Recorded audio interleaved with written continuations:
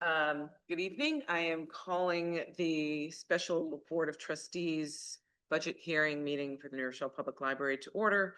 It is 7:03 p.m. Thank you everyone for joining us. We will start with the Pledge of Allegiance, please. Pledge allegiance to the flag of the United States of America and to the republic for which it stands, one nation, under God, indivisible, with liberty and justice for all. Thanks, everyone. Again, this is a budget hearing to hear about the public library's budget that is coming up for a vote on May 20th. Before I turn it over to my colleague, who's the chair of the budget committee, I am going to it's Corey. Well, yeah, like I'm doing a couple things. Okay.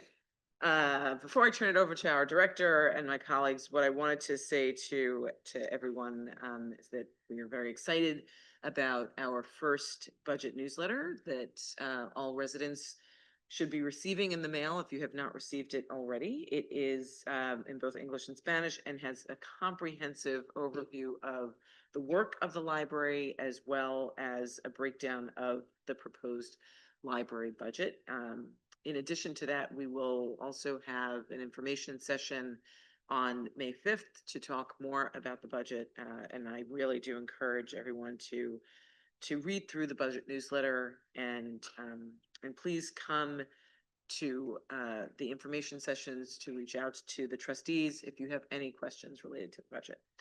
With that, I would like to turn it over to our director, Eugenia Shatov, who will walk us through the budget presentation. Thank you. And I just wanted to remind everybody that we also have one final additional budget Q&A session scheduled for Monday the 5th in the evening, as well as a couple of different community group visits to discuss the budget as well. And I also wanted to add that this budget presentation was also viewed by staff at our last staff development day, so that our staff would be well informed in answering questions and being able to discuss the budget with our community. Thanks.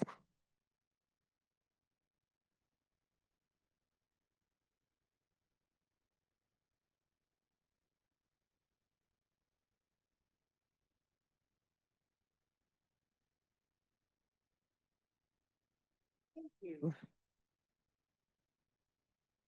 Okay, thank you. So our budget proposal, we're going to go through the series of our process of how we came to the final budget, the internal processes that we went through, evaluations, prioritizations in order to come up with the budget that ultimately is being voted upon by the taxpayers on May 20th. So the New Rochelle Public Library's aim is to adapt to our community's evolving needs during these challenging economic times while maintaining fiscal responsibility. Our proposed budget reflects our commitment to providing essential services and resources while being prudent stewards of public funds. The budget objectives were efficiency to maximize the impact of every single dollar to continue to provide exceptional library service while streamlining operations and reducing waste. Growth to expand programs, collections, and services to meet increasing community demands and embrace new opportunities for learning and engagement. And sustainability to ensure long-term financial stability through responsible planning, diversified funding sources, and investments in infrastructure that will continue to serve our community for years to come. In terms of the budget process, so there is a budget committee on the Board of Trustees that is made up of a number of trustees. And so the board budget committee went through a process of assessment wherein they analyzed spending and usage data, community feedback, and emerging needs to understand our library's current performance and identify opportunities for improvement. The committee prioritized and aligned resources with strategic goals and community priorities to ensure maximum impact of limited funds. We went through a process of budget drafting in many iterations We created a detailed financial plan that balances operational needs with strategic planning while maintaining fiscal responsibility. And ultimately, that budget was brought for approval by the entire board, and that was finalized and put forth to ensure accountability to taxpayers for their vote on May 20th. So when we talk about assessing the library as it currently stands, we look at our accomplishments. So in terms of our diversified programming and the many successes that we've had, we've supported digital literacy. In the past year, we expanded bilingual technology support, helping to bridge the digital divide and increase connectivity in the community. We had 2 staff members who were trained as digital navigators, which is a national program, and they offer personalized support in English and in Spanish for affordable connectivity, devices, and digital skills. We also introduced digital learn resources, including guides and handouts in both languages for technology classes that we provide. We boosted children's literacy and STEAM skills by expanding our focus on literacy and STEAM education with engaging programs like Wag Your Tail, Read to a Dog, which helped boost children's reading confidence. Last year's Summer Reading Challenge saw over 900 young participants exploring both New Rochelle libraries. Additionally, the Full Steam Ahead program and monthly math and action sessions led by New Rochelle High School volunteers captivated children and families with hands-on learning. We hosted a unique exhibit on migration, World on the Move. We were one of only 15 libraries nationwide selected to host the World on the Move, 250,000 years of human migration. If you didn't get a chance to see it in our lobby, it was a large, interactive, many-paneled showcase of human movement. There were many participants. We had over almost 20,000 patrons engaging with the exhibit. And we also hosted film screenings and poetry slams. It complemented the year-round art and history displays in the Lumen Winter Gallery that we have. In our teen department, Teen Scene, we expanded teen programming with new initiatives to empower our youth. The Teen Advisory Board works closely with the Teen Services Librarian to ensure programs meet our teens' needs. We also introduced Pause to Relax, offering stress relief with therapy dogs, and launched our first babysitting and CPR classes to equip teens with valuable life skills and certifications. Another data point that we consider when looking at the library's successes are statistics. So we have an annual report that we submit to New York State. Our trustees approve that annual report, and these statistics are produced from that annual report.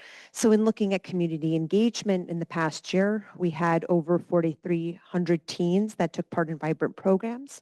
We had over 26,000 children and family members attend 973 children's programs. We had over 55,000 adults attend over 4,600 live and virtual program sessions, enriching their lives with new ideas, skills, and connections. We had over 751,000 library visitors walk through our doors. We had over 285,000 items, physical and digital items, checked out. We had over 28,000 computer sessions that provided access to technology for those who need it most.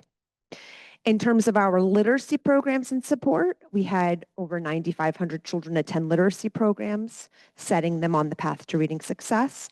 Over 4,900 adults attended adult literacy programs that improved their skills. And we had 324 total program sessions for English speakers of other languages that were held with over 3,900 attendees, and they helped non-native speakers build confidence and fluency.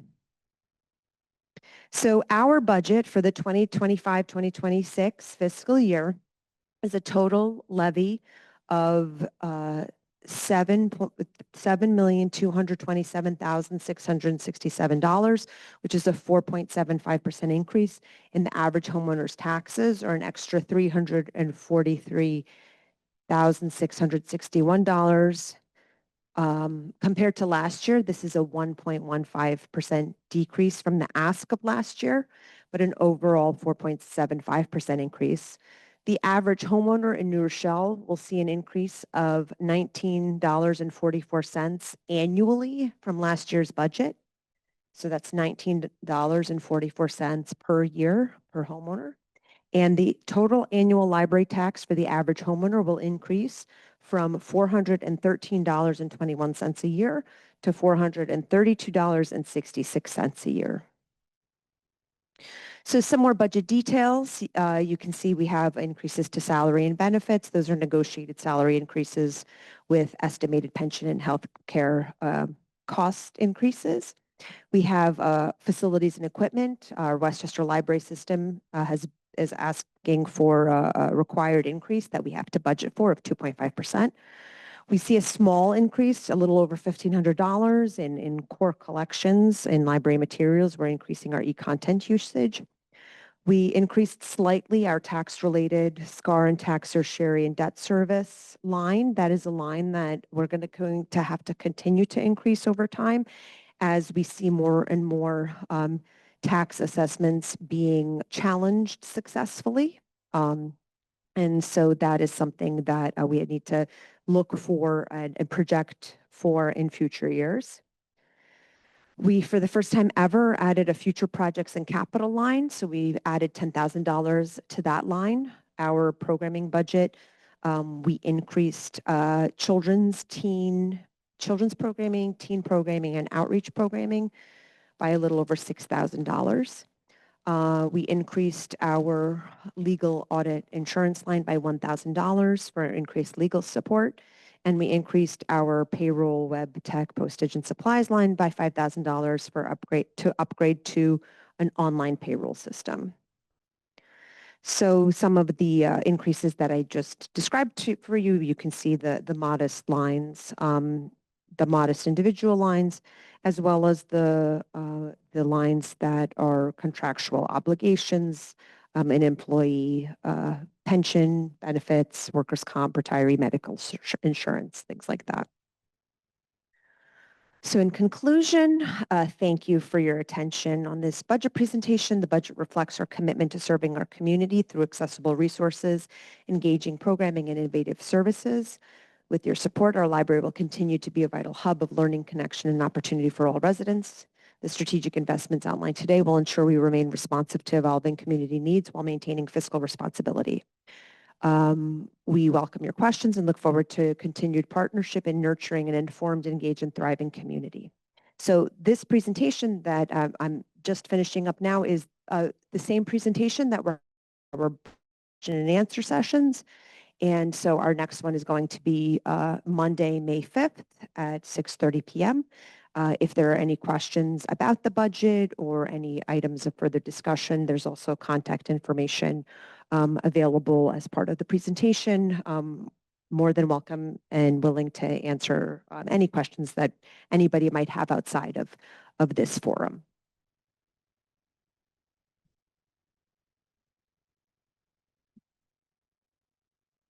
Thank you, Eugenia. At this time, I would like to open the floor to public discussion or any questions from the public who might be in attendance. So we just need you to identify yourself. Wait, hold on.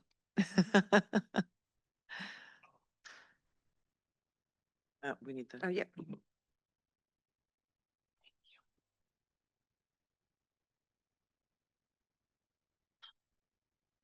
Rod Roulette from New Rochelle, resident of New Rochelle.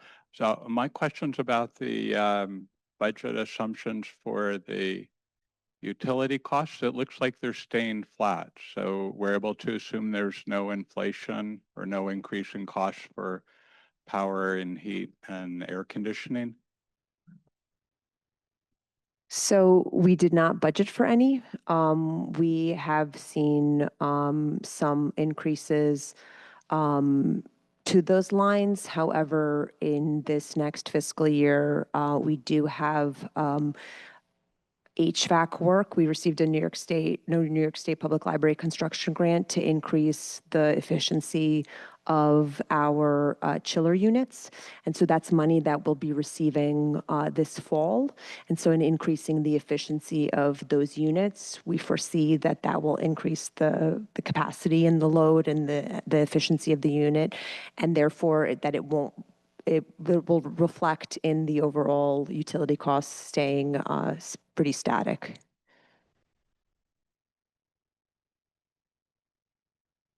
Thank you, Rod. Any other questions? All right, thank you. Hearing none, I will make a motion for us to adjourn the budget hearing for May 8th. May I get a second? I'll second. Seconded by Rhiannon. All in favor? Aye. Any opposed? All right, then we are adjourning this meeting at 7:18 PM. Thank you.